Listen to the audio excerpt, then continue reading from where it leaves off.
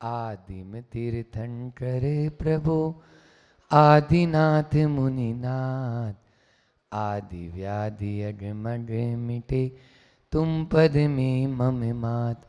चरण शरण है आपके तारण तरण जिहाज, भवदधि तट तट ले चलो करुणा कर जिन्हें राज। बोलिए बावन गजा के बड़े बाबा आदिम तीर्थंकर आदिनाथ भगवान की।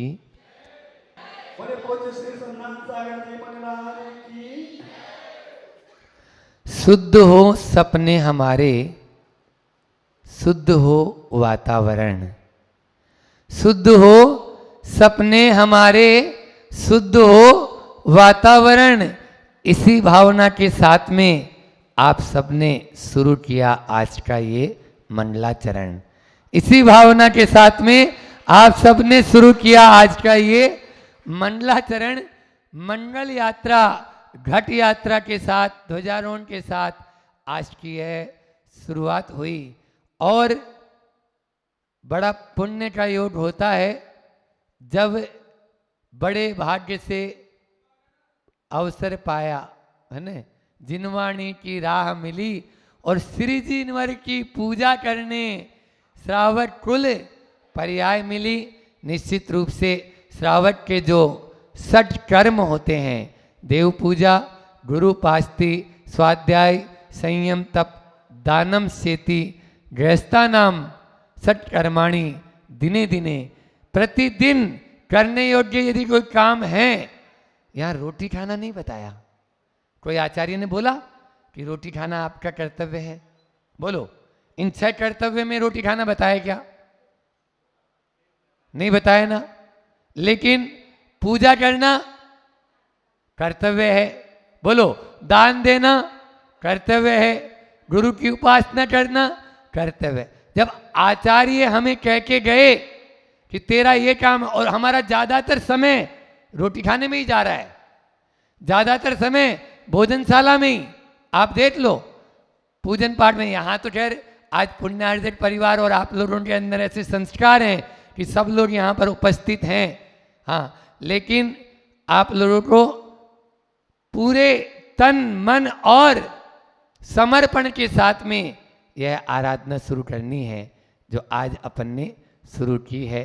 और दिन दूनी रात चौगुनी वृद्धि होनी चाहिए। 8, 16, 32, 64, 128, 256, 512, 1024, ये इस बात का प्रतीक है कि आपकी भक्ति भी इसी प्रकार से दिन प्रतिदिन दूनी दूनी दूनी दूनी बढ़ती चले जाए, तब तो वो भक्ति कहलाएगी। अरे महाराज जी, अब घुटनों में घोंटुओं में दर्द हो रहा है, कब जल्दी से अर्घ चढ़ें और कब हम जल्दी से फ्री हो जाएं, ऐसे भाव नहीं रखना। 4 बातें याद रख लेना, प्रतिदिन मिलेगी आपको।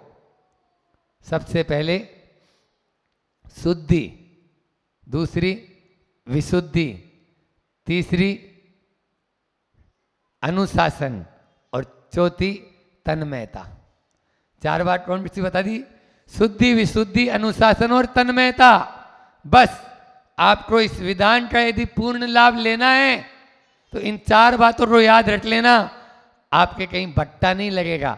अन्यथा आभूषण बनाने जाती है ना आप लोग, क्यों? तो आभूषण बनाने जाते हो तो उसमें थोड़ा बट्टा लग जाता है, ऐसे ही भक्ति के अंदर भी बट्टा लग जाएगा तो गड़बड़ हो जाएगा। तो बट्टा नहीं लगाना चाहते हो तो सबसे पहले शुद्धि का पूर्ण ध्यान रखें। और मैं तो कहता हूं, पुण्यार्जित परिवार ने जो आपको वेशभूषा दी है उसी वेशभूषा में आपको सम्मिलित होना है। एक ड्रेस कोड तो होना ही चाहिए ना, बिना ड्रेस कोड के कोई भी उपस्थित नहीं। हाँ, जो भी यहाँ के लोग भी 52 गजा वाले यदि नहीं ले पाए हैं तो वो आप पुण्यार्जित परिवार से संपर्क करें और अपना ड्रेस कोड सुनिश्चित करें, ताकि एक ड्रेस कोड में, अभी हम देख रहे हैं रंग बिरंगे, कोई बात नहीं, अभी तो शुरुआत है और आज दोपहर में विधान शुरू होना है, तो इसके माध्यम से आप लोगों को यह ड्रेस कोड तो अनिवार्य है। तो पहला है, और वो भी शुद्धि के वस्त्र में होने चाहिए। भले ही इंद्रजीत जी को बोल दिया गया है, आप लोगों को अपने वस्त्र स्वयं नहीं होंगे, आप लोगों को धोने वाले मिलेंगे, तो आप तुरंत जाओ, खोलो, उनको धोने के लिए, ड्राई के लिए दे दो, ठीक है ना। फिर उसके बाद में विशुद्धि, विशुद्धि दिन दूनी रात चौगनी बढ़नी चाहिए हमारे परिणामों में। अभी जब सटलीकरण कराएंगे तो एक श्लोक बोलेंगे, क्यों भैया जी, कौन सा श्लोक बोलेंगे? मन है प्रशस्ते वचसः प्रशस्ते काय प्रशस्ते चकसाए हानि। क्यों कर रहे हैं? मन की प्रशस्ता के लिए, वचन की प्रशस्ता के लिए और काय की प्रशस्ता के साथ कसायों की मंद करने के लिए। कसायों को मंद करने के लिए आप लोगों के पहले मैंने 2 दिन बीच में बचे थे, भट्टामर का विधान और भट्टामर के 48 काव्य पूरे हो गए, अब सिद्ध चक्र आ रहा था, तो बीच में 2 दिन थे, तो मैं 2 दिन काय पे बोलूं? तो हमने यही बोला था, जो आप लोग सब नहीं थे, फिर से रिपीट कर रहा हूं, डेंजर जोन। आप लोग जब अभी आए होंगे तो बहुत सारी घाटियां पड़ी होगी और नजर क्या हटी और दुर्घटना घटी, कहां पर कौन सी खाई में जाएंगे कोई पता नहीं चलेगा। ऐसे ऐसे डेंजर जोन है, 4 डेंजर जोन का ध्यान रखना, जो मैंने पिछले 2 दिनों में 2-2 लेके और पूरे किए थे। सबसे पहले डेंजर जोन दिया था हमने आवेग, क्रोध, गुस्सा, आवेश। छोटे छोटे बच्चे भी गुस्सा हो जाते, बिल्कुल बैठा ही रहता है दिमाग के अंदर। तो सबसे पहले आवेश, फिर दूसरा अहंकार, तीसरा आसक्ति और चौथा अपेक्षा। ये 4 डेंजर जोन जिनके माध्यम से व्यक्ति दिन भर में कितने एक्सीडेंट करता रहता है कोई पता नहीं। बाहरी एक्सीडेंट की ओर ध्यान देते हो, जो भीतरी एक्सीडेंट हो रहा है उसकी ओर भी तो ध्यान दो। इन 8 दिनों में इन 4 डेंजर जोन से अपन को बचना है, यही आपकी विशुद्धि का साधन होगा। क्रोध, मान, माया, लोभ, इसी को हमने रूपांतरण करके आपको इस प्रकार से दे दिया है। तो ये चीज आपको याद रखना है। इसलिए हमारी शुद्धि, हमारी विशुद्धि, शुद्धि ऐसी हो जो विशुद्धि में सहायक हो और हमारी सिद्धि के लिए कारण बन जाए। सिद्धि के लिए कारण तभी बन पाएगी जब आप लोग विशुद्धि का पूर्ण ध्यान रखेंगे। और तीसरी बात बताई, चारों काम करना है और फिर ध्वजारोहण अभी चलना है। तो अनुशासन, तीसरा क्या बताया था? मुझे अनुशासन बहुत प्रिय है और मैं खुद भी अपने आप को पनिश करता रहता हूं। दिन भर में 4-5 ऐसे काम कारण हो ही जाते हैं जिनके कारण से कि भैया मैं लेट हुआ, तो बाकी लोग लेट होए चाहे नहीं होए, लेकिन हम अपने आप को पनिश करेंगे आज। अब ये नहीं करेंगे, वो नहीं करेंगे, एक माला ज़्यादा फेरेंगे, है ना, नमोकार मंत्र की आज खड़े होकर सामायिक करना है। ये सब पनिशमेंट के साधन है, बहुत सारे दिए, इन्हीं को तो प्रायश्चित बोलते हैं। आप पनिशमेंट क्यों बोल रहे हो? हम तो हंसकर स्वीकार करने वाले हैं। प्रायश्चित, आप अपना प्रायश्चित खुद करें। जो टाइम दिया उस टाइम के अनुसार नहीं पहुंचे, 1:30 बजे थी, भैया जी ने बुलाया, 1:30 बजे नहीं पहुंचे, आप अपने ये कुछ नहीं बोलेंगे, मैं भी नहीं बोलूंगा, लेकिन पनिशमेंट दो। आप अपने आप को प्रायश्चित करो। आज बिना नमक का खाएंगे, देखो कैसे गुस्सा है। महाराज तो 20 साल से खा रहे हैं, बोलो। हाँ, तो इस प्रकार से सब व्यवस्था हो जाएगी। खाली दीप्ति को बता देना कि आज मेरा बिना नमक का नियम है, तो वो व्यवस्था अपना बनाएगी, क्योंकि बुलाया है उसने, ठीक है ना। तो बिना नमक का, बिना आज तेल का, बिना आज घी का, बिना छरसी का, त्याग का, इस प्रकार से अनुशासन में आ जाएंगे और जीवन में एक नया परिवर्तन आ जाएगा। फिर इसके बाद में महत्वपूर्ण और सबसे इंपॉर्टेंट कौन सा? तन्मयता। ऐसी तन्मय हो जाए कुछ सूझे ही नहीं। आचार्य धनंजय, कवि धनंजय को याद करो, जिन्होंने विशापाहार स्तोत्र की रचना की। पुत्र समाप्ति हो गया, कोई नहीं। इस प्रकार से यहाँ तो वैसे ही BSNL के अलावा दूसरी सिम लगती नहीं है शायद, ये लोग बोलते हैं। तो आप लोग यदि मान लीजिए लेके भी नहीं आए तो वो झुंझुना भी आपका कोई काम नहीं करेगा। वो खिलौना है, उसको अलमारी में रख के बंद कर दो। अभी 8 दिन के लिए कोई सबसे डिटैच हो जाए, कोई भी अटैच नहीं, तब जाके वो तल्लीनता आपके भीतर आएगी। शुद्धि, विशुद्धि, अनुशासन, तल्लीनता या तन्मयता हमारी ऐसी बढ़े कि हम भी उन सिद्धों जैसी आराधना में सम्मिलित हो जाएं। बोली अहिंसा परमो धर्म की। आचार्य गुरुवर विद्यासागर जी महामुनिराज की। शंकर प्रभु आदिनाथ मुनिनाथ, आदि व्याधि अग्र मग्र मिटे, तुम पद में मम मात। चरण शरण है आपके, तारण तरण जिहाज। भवदधि तट तट ले चलो, करुणा कर जिन राज। 52 गजा के बड़े बाबा आदिम तीर्थंकर आदिनाथ भगवान की जय। परम उपकारी संत शिरोमणि आचार्य गुरुवर विद्यासागर जी महामुनिराज की जय। पूज्य मुनि श्री 108 दुर्लभ सागर जी महाराज की जय। 1008 श्री सिद्ध चक्र महामंडल विधान की भगत जी महाराज की जय। युग के आदि में आदिनाथ भगवान के सुपुत्र चक्रवर्ती भरत के दरबार में एक साथ 3 घटनाएं घटी। एक सेवक दौड़ता हुआ आया, धन्य हो प्रभु, धन्य हो प्रभु, आपकी जय हो प्रभु।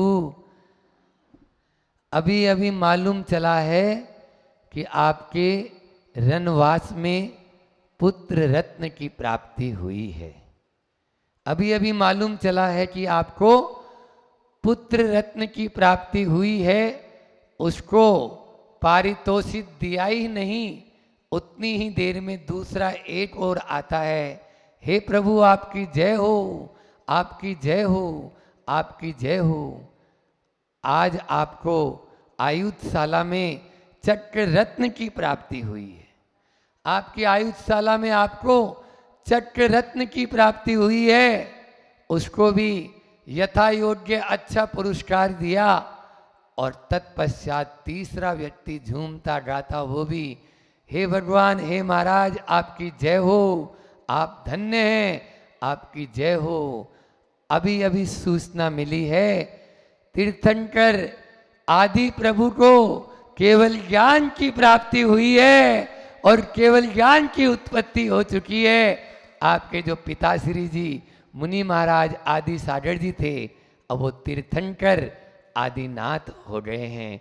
तुरंत अपने सिंहासन से उठता है, 60 कदम पैदल चलता है और साष्टांग लेट जाता है धरती पर, नमोस्तु करता है और तुरंत आदेश देता है, तैयारी करो। डिंडोरा पिटवाता है इंदौर में, इंदौर में नहीं दीपेश, पूरी अयोध्या नगरी में कि चलो चलो चलो, अब तो तीर्थंकर आदि प्रभु की पूजा करने चलना है। बंधुओं, मैं आपसे ये कहना चाहता हूं, जिसके मन में धर्म के प्रति प्रगाढ़ श्रद्धान होता है, वो अर्थ पुरुषार्थ और काम पुरुषार्थ को उतना महत्व नहीं देगा जितना कि वो धर्म के लिए दौड़ेगा। पुत्र का मुंह देखने नहीं गया पहले, ये काम पुरुषार्थ का प्रतीक था। वह चक्र रत्न नहीं देखने गया कि कैसा है वह चक्र रत्न, क्यों? ये अर्थ पुरुषार्थ का प्रतीक था, जिसके घट घट में धर्म घुसा है, धर्म भरा है। ऐसे वह धर्म पुरुषार्थ को जीने वाला सबको अनाउंस करता है, पूरे राज दरबारियों को, और न केवल दरबारियों बल्कि अपनी प्रजा को, और जो अधीनस्थ राजा महाराजा मंडलिक महामंडलिक जितने हैं उन सबको आदेश दे देता है, चलना है थाल सजा सजा कर पूजा करने के लिए भगवान की। इसी प्रकार से कुछ दिन पूर्व यहाँ पर एक दंपति आए और वो बोले कि हमें यहाँ पर सिद्ध चक्र महामंडल विधान करना है आपके सानिध्य में महाराज जी। यदि ये सिद्धों की पावन भूमि में ये कार्य संभव हो जाए तो मेरे ऐसे भाव बने हैं। हमने भी सहर्ष में ही तुरंत उनको आशीर्वाद दिया कि भैया बहुत ही अच्छे परिणाम हैं, और उन्होंने भी लाव लश्कर के साथ में अपने पूरे परिवार के साथ में सबको लेकर यहाँ पर उपस्थित हुए। निश्चित रूप से बड़भागी होते हैं जो प्रभु की आराधना में अपना सर्वस्व अर्पण करने के लिए लालायित हो जाते हैं, क्योंकि धन संपदा होना महत्वपूर्ण नहीं, आचार्य श्री जी कहते हैं उस धन का सही सदुपयोग होना महत्व रखता है। धन तो बहुतों के पास मिल जाएगा, लेकिन उसको सदुपयोग में लगाना, प्रातःकाल की बेला में मैंने कहा था कि दान, पूजा, गुरु उपासना, स्वाध्याय, संयम और तप और दान, ये सब 6 कर्म जो है श्रावक के प्रतिदिन करने योग्य हैं। और यहाँ तो सिद्धों की आराधना करने का भाव, ये कोई सामान्य पूजा नहीं है बंधुओं, ये महान अनुष्ठान है जो पापों के प्रक्षालन के लिए बहुत जरूरी है। मैं तो कहता हूं प्रत्येक व्यक्ति को अपने जीवन काल में कम से कम एक बार तो सिद्धों की आराधना, सिद्ध भूमि या अतिशय भूमि या गुरु चरणों में जाकर समर्पित करना ही चाहिए, तभी जाकर साल भर में, जीवन भर में कमाए गए पापों का प्रक्षालन हो जाता है। इसलिए ये विशिष्ट आराधना है, इस सामान्य आराधना नहीं। जो 6 पूजाएं, महापूजाएं होती है, उनमें सिद्धों की ये नैमित्तिक, जैसे भैया जी बता रहे थे, नैमित्तिक पूजा होती है। लेकिन 8 दिन तक चलने वाली इस आराधना में, अष्टानिका में ही ऐसा नहीं कि अष्टानिका में ही यह होए, ऐसा, हाँ वो नंदीश्वर का है। यहाँ पर सिद्ध परमेष्टियों की, सिद्धों का गुणानुवाद, और वो भी सिद्ध क्षेत्र में आकर करना बहुत बड़ी बात है। इस प्रकार से आचार्य भगवान ने नेमावर में कहा था, जब यहाँ 84 मंडलीय विधान हुआ था, उस दिन यहाँ से बहुत सारे लोग गए थे, प्रमाण सागर जी ने भेजा था, तब कहा था कि सिद्ध चक्र महामंडल विधान शुद्ध समयसार है। लिख लो स्वाध्याय प्रेमियों, हाँ, जो समयसार को नीचे ही नहीं रखते, लेकिन चावल के 1-1, 2-2 दाने से बस पूजा कर ली और तीसरी हो गई, उनसे मेरा कहना है कि सिद्धों की आराधना करना ये शुद्ध समयसार है। और एक विधान नहीं है, कई विधान है इसमें। कर्मदान विधान भी है, पंच परमेष्टि विधान भी है, तो सहस्त्र नाम विधान भी है, तो आपके 64 रिद्धि, 64 अर्घ जब आएंगे, 64 रिद्धि विधान हैं, अलग अलग पूरे के पूरे सारे विधान इसमें समाहित हो जाते हैं। ऐसी सर्व पूजाओं को एक साथ इकट्ठा करके आपके लिए आचार्य या कवि टेकचंद जी जो है यहाँ पर, उन्होंने प्रस्तुत कर दिया है। तो निश्चित रूप से यह हमारे कर्मों की निर्धारा का एक सशक्त माध्यम बनता है। आज आपको प्रातः काल में हमने 4 बातें बताई थी, अभी फिर 4 बात बता देते हैं, ठीक है ना, अपनी तो चलेगी हर सेशन में। 4 शब्द हैं, सिद्ध, चक्र, महामंडल या मंडल, विधान, ठीक है ना। सिद्ध, चक्र, मंडल, विधान, 4 ही शब्द। सिद्ध आप सब जानते हैं, बोलो कौन होते हैं सिद्ध? मुकेश भैया पढ़ाते हैं पाठशाला में। 4 घातिया नाश करे अरिहंत प्रभु कहलाते हैं, 8 कर्म जो नाश करे, बोलो ना, 8 कर्म जो नाश करे वो सिद्ध प्रभु कहलाते हैं, है ना। जिन्होंने 8 कर्मों को समूल नाश कर दिया, अपने शुद्ध चिदानंद स्वरूप को प्राप्त कर लिया। यहाँ से तो 5.5 करोड़ मुनि मुक्ति को प्राप्त हुए हैं, तो वही 8 कर्मों को नाश। और आज आपने अभी जो 8 अर्घ्य समर्पित किए, ये उन्हीं 8 कर्मों के नाश के माध्यम से 8 उनके गुण प्रकट होते हैं, और उन 8 गुणों के प्रतीक स्वरूप हमने उनके चरणों में 8 अर्घ समर्पित किए। उसके बाद में सिद्ध के बाद में सिद्ध चक्र, चक्र यानी बोलो समूह, चक्र यानी समूह, यानी सिद्धों के समूह को सिद्ध चक्र कहते हैं। अनंत अनंत सिद्ध चले गए और अनंत अनंत जा रहे हैं और अनंत अनंत जाएंगे। समझ में आ रहा है? फिर तो महाराज जी धरती खाली हो जाएगी। तुम्हारी जैसी चिंता करने वाले बहुत सारे हैं, अभी वो धरती पर ही रहेंगे। जो ऐसा प्रश्न करता है ना, उसको मैं यही जवाब देता हूं कि तुम्हारी जैसी चिंता करने वाले, यहाँ की संख्या भी निर्धारित है 29 प्रमाण, वो बनी रहेगी। क्योंकि आपके जो निरोध है वहाँ से उतने जीव निकल कर आते हैं और उतने जा रहे हैं। 6 महीने 8 समय में 608 जीव जाने का विधान है, तो वो जाएंगे, निश्चित है। बहुत टफ कंपटीशन है ये। तो हम बोल रहे थे कि सिद्ध चक्र यानी सिद्धों का समूह है, जो 608 जीव अनंत राशि में से, जीव राशि में से 6 महीने 8 समय में जाना ही है।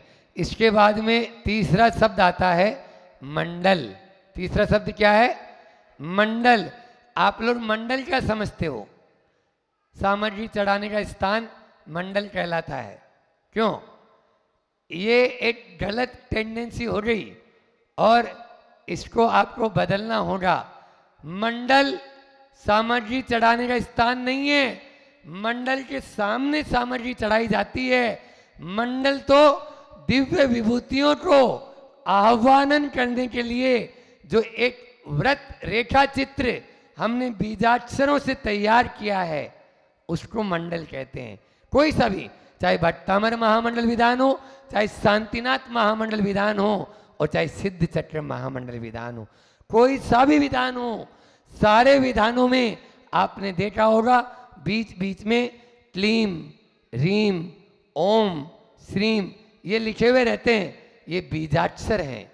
इन बीजाक्षरों के माध्यम से वो दिव्य विभूति है, उन दिव्य शक्ति है। जैसे बीज इतना छोटा सा होता है और उसको बो दें तो किस प्रकार से वह फल देता है, ऐसे ही अपने छोटे से इस मंत्र में अनंत अपार शक्ति छाई हुई है, छिपी हुई है। इसलिए उस छिपी हुई शक्ति को हम ग्रहण करें, उसको हम उसको निकालें, हम उसको निकालें, तभी तो वह मंडल कहलाएगा। इसलिए दिव्य शक्तियों को आह्वान करने के लिए हमने जो व्रत रेखा चित्र बनाया, कल आप लोगों ने देखा होगा, रात्रि में यहाँ पर सब लोग बना रहे थे और एक एक बीजाक्षर मंत्र के द्वारा उस मंडल की रचना आज आप लोगों ने उसी के सामने अभी अर्घ्य समर्पित किए। तो 3 हो गए। पहला हुआ सिद्ध, दूसरा हुआ चक्र और तीसरा मंडल, और चौथा क्या है? विधान। विधान का मतलब क्या है?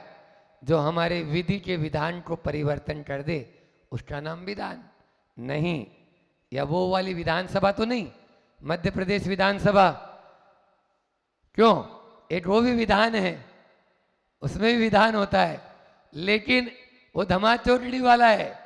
और यहाँ पर उसे संसार की उस धमाचोटड़ी को समाप्त करने का ही ये विधान है। मतलब इसमें वो कानून है या वो आपको सूत्र दिए गए हैं जिसके माध्यम से हमने आज तक जो संसार बढ़ा लिया है उस संसार को समाप्त कर दे। पूजा और विधान में अंतर है। पूजा और विधान में अंतर है। पूजा सामान्य से हम जो पूजा करते हैं, प्रभु के गुणानुवाद को पूजा कहते हैं, या प्रभु के जो गुण स्मरण करते हैं अपन, अष्ट द्रव्य से जो पूजा की जाती है उसको पूजन कहते हैं। लेकिन विधान में पूजा के साथ में, यानी अष्ट द्रव्य से प्रभु के चरणों में अपने भावों की प्रस्तुति करना, ये पूजा था। और मंत्र जाप के साथ में यदि ऐसी ही आराधना की जाती है तो उसको विधान कहा जाता है। जब मैं यहाँ आ रहा था उसके पहले कानों में शब्द आए थे कि आपको एक कलश स्थापित करवाया, और वो कलश था नांदी कलश, जिसको बोलते हैं जाप पे कलश, है ना। तो वो जाप कलश क्यों स्थापित हुआ बोलो? इसलिए हुआ कि आपको प्रतिदिन जाप करना है। अभी 8 जाप हमने करवाई, अपन लोगों ने साथ की, तो वो 8 जाप थी, उसे काउंटिंग नहीं करेंगे भैया जी। हाँ, बाकी कितनी 11,000 थोड़ी। अच्छा, प्रत्येक के लिए 11 माला, बहुत ही अच्छा, बहुत ही सुंदर, ये तो बहुत अच्छा है। 11 माला के माध्यम से 21,000 हो जाएगी। ठीक है, प्रत्येक व्यक्ति 11-11 माला प्रतिदिन करना है। आप लोगों का काम क्या है यहाँ पे? बहुत ही अच्छा। और हमने तो एक अक्षर आपके 2 अक्षर और कम कर दिए, ओम रीम ऐसिया उषा नमे, तो इसलिए कोई हाँ हाँ अच्छा वो वाली दी है इनको, ठीक है, बहुत ही अच्छा। सिद्ध चक्राधिपति नमः, वो आपको जाप करना है, ठीक है। उसके बाद में तो इस प्रकार से सामान्य पूजा में और इसमें अंतर है। तो आज अपन ने पूरे दिन भर में अपन ने 4 चीज किए। सबसे पहले आपका घट यात्रा हुई, फिर उसके बाद में आपका ध्वजारोहण हुआ, और फिर उसके बाद में सटलीकरण हुआ, और सटलीकरण के बाद में अभी आपने पूजा विधान किया, ठीक है ना। ये भी 4 बातें हैं। तो घट यात्रा, भैया जी कह रहे थे मूठ माटी के बारे में बताना, तो मूठ माटी के बारे में भी हम बोल दें, क्योंकि मूठ माटी क्या है और कुछ नहीं है, बस घट की यात्रा को ही मूठ माटी कहते हैं। घट की यात्रा को ही मूठ माटी कहते हैं। उस घट ने मिट्टी से यात्रा, जो पद दलिता माटी थी, उस सिर पर धारण करने योग्य मंगल कलश हो गई। बस इसी का नाम है मूठ माटी। इसलिए घट यात्रा ये संदेश दे रही है कि पानी ने मुझे, सुनो ध्यान से, पानी मुझे बहाकर ले जाता था, लेकिन एक दिन ऐसा आया, मैंने अग्नि परीक्षा दी। आप लोग भी यदि अग्नि परीक्षा देने के लिए तैयार हो जाओ, तो उसी पानी को बांध कर रखने की क्षमता भी आप में आ जाएगी। जो माटी पानी को बहाकर ले जा रही थी, वही माटी अग्नि की परीक्षा देकर उस पानी को बांधने की कैपेसिटी ले आई। इसलिए हमें डरना नहीं है अग्नि परीक्षा से। दूसरी बात है, पतित से पावन वही बनता है, पतित से पावन वही बनता है जिसकी परीक्षा होती है। परीक्षा सतियों की होती है, वेश्याओं की नहीं। सोने पर, कसौटी पर सोने को कसा जाता है, लोहे को नहीं। और उपसर्ग साधुओं पर आते हैं, डाकुओं पर नहीं। उपसर्ग साधुओं पर आते हैं, डाकुओं पर नहीं। इसलिए परीक्षा से नहीं डरना है। घट यात्रा हमें यही संदेश दे रही है। प्रातःकाल की बेला में आपने 81 मंत्रों के माध्यम से यहाँ पर शुद्धि की, और दूसरा उसके बाद में ध्वजारोहण करके आपने ये बता दिया कि पूर्व दिशा, हम देख रहे थे, आप लोगों ने देखा हो नहीं देखा हो, किधर की ओर गई थी बोलो? सुख और समृद्धि की प्रतीक वह ध्वजा, शांति की प्रतीक वह ध्वजा सीधी पूर्व दिशा की ओर गई। बोले हमें पश्चिम में नहीं जाना, पूरब में जाना है। पाश्चात्य संस्कृति का अनुकरण करने वालों, वो ध्वजा कह रही है पूरब में जाओ, उठते हुए सूरज को प्रणाम करो, ढलते हुए को नहीं। हमारे यहाँ भारतीय संस्कृति में उठते हुए सूरज को प्रणाम है, ढलते हुए को नहीं। ध्यान रख लेना, सूरज जब जब पश्चिम में गया है तब तब डूबा है। सूरज जब जब पश्चिम में गया है डूबा है। बस अपने जीवन में अपूर्व काम करने के लिए पूरब की दिशा का चयन करो, अपूर्व बात करने वालों। इसलिए वह पूरब ही बोल रही है कि मुझे प्राची की ओर जाना है, मुझे पूरब की ओर जाना है। और जैसे सूरज के उठते ही सारी की सारी पृथ्वी पुलकित हो उठती है, रग रग में, पृथ्वी में, कण कण में एक नई ऊर्जा आ जाती है, उसी प्रकार से इस ध्वजारोहण के माध्यम से सब में एक नई ऊर्जा का संचार होए। फिर 3 चीजें हैं ध्वजा में, क्या क्या है बोलो? पहला है ध्वजा, दूसरा है डंडा और तीसरा है डोरी। डोरी जिसके माध्यम से आपने खींचा गया उसको। तो ध्वजा ऊपर की ओर जाती है। ये ऊपर क्यों ले जा रहे हैं? ये कह रही है, प्रतीक है कि जब जब आप अपने जीवन स्तर को ऊपर उठाना चाहते हो तो ध्वजा की तरह बनो, जो ऊपर की ओर जाने का संकेत करती है, नीचे की ओर जाने का नहीं। दूसरा, यह विजय का प्रतीक है। जैसे कहीं पर यश और विजय होती है तो वहां पर पहले, सबसे पहले क्या होता है? अपनी ध्वजा फहराते हैं, उस झंडे को हटा देंगे और अपना झंडा लहराएंगे, बस तिरंगा फहराना है। ऐसे ही आपके जैन ध्वज पूरे विश्व का, यह अहिंसा ध्वज पूरे अहिंसा। कल आ रहा है महात्मा गांधी का दिन भी, 2 अक्टूबर, जिसको अहिंसा दिवस के रूप में भी आप लोग मनाते हैं, गांधी जयंती जिसे बोलते हैं आप लोग। कल विद्यालय में जो प्रवचन रखा है यहाँ की, तो उस हिसाब से भी वह अहिंसा का ध्वज चारों ओर लहराए। दूसरी बात, ध्वजा कपड़े की होती है। क्या बोला? कपड़े की होती है। कपड़े की ध्वजा ये कह रही है लोचशीलता रखो अपने व्यवहार में। ध्वजा तभी लहराती है जब उसमें लोचशीलता होती है, अन्यथा जिसमें अकड़ होती है ना, वो कभी लहराएगा नहीं। आपको यदि लहराना है, फहराना है, तो उसमें आपको व्यवहार में लोचता लाना होगी।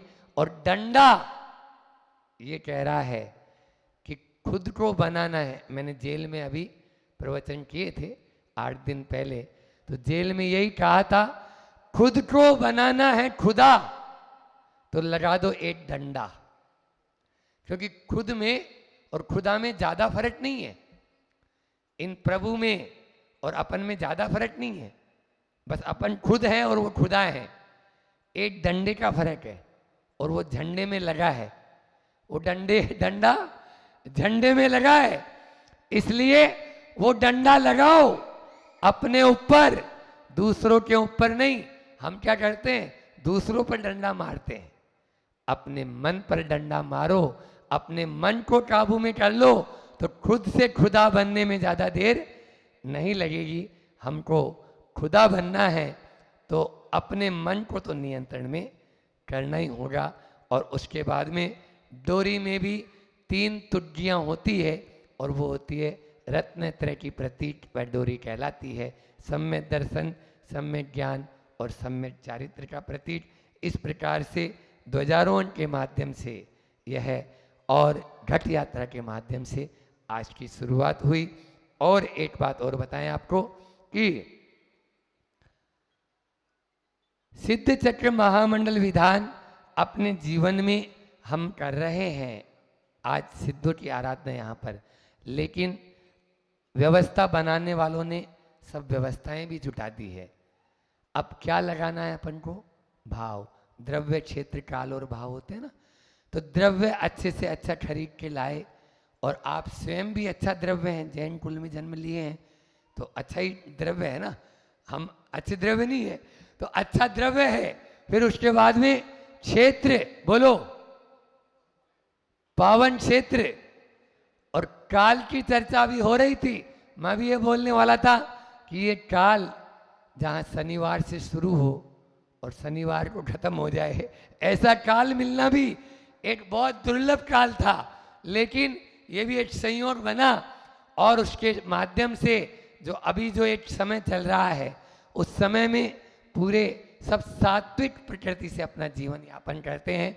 ये भी एक काल भी शुद्धि है, और द्रव्य, क्षेत्र और काल, ये तीन तो जुटा लिए। अब क्या जुटाना है बोलो? अब भाव इंदौर में तो नहीं छोड़ी आए आप लोग, भाव इंदौर में नहीं चलेंगे, अब यहाँ के भाव चलेंगे, इंदौर के भाव नहीं चलेंगे। आप अच्छे से खुश मिजाज रहें, बिल्कुल प्रसन्न रहें, अपने मन को, अपने चित्त को प्रसन्न रखेंगे तो निश्चित रूप से इस आयोजन का जो प्रयोजन है वो हमें हमेशा ध्यान रहेगा और उसका हमें पूरा लाभ मिल पाएगा। अन्यथा 8 दिन कैसे जाएंगे आपको भी मालूम नहीं चलेगा, और हमें तो मालूम चल ही नहीं रहा है, क्योंकि चातुर्मासिक इकट्ठा हुआ चला जा रहा है और दिवाली भी आने ही वाली है। लेकिन बस अब के अपन ऐसी दिवाली मनाएं इस सिद्ध चक्र महामंडल के विधान के माध्यम से कि अपना जितना भी जो पुराना अकाउंट है वो सब क्लोज हो जाए, और फिर अपन कभी भी दुखों को प्राप्त न हो, कष्टों को प्राप्त न हो। ऐसी ही परम पुनीत भावना के साथ में मैं अपनी वाणी को विराम देता हूँ। बोले अहिंसा परमो धर्म की, आचार्य गुरुवर विद्यासागर जी महामुनि राज की।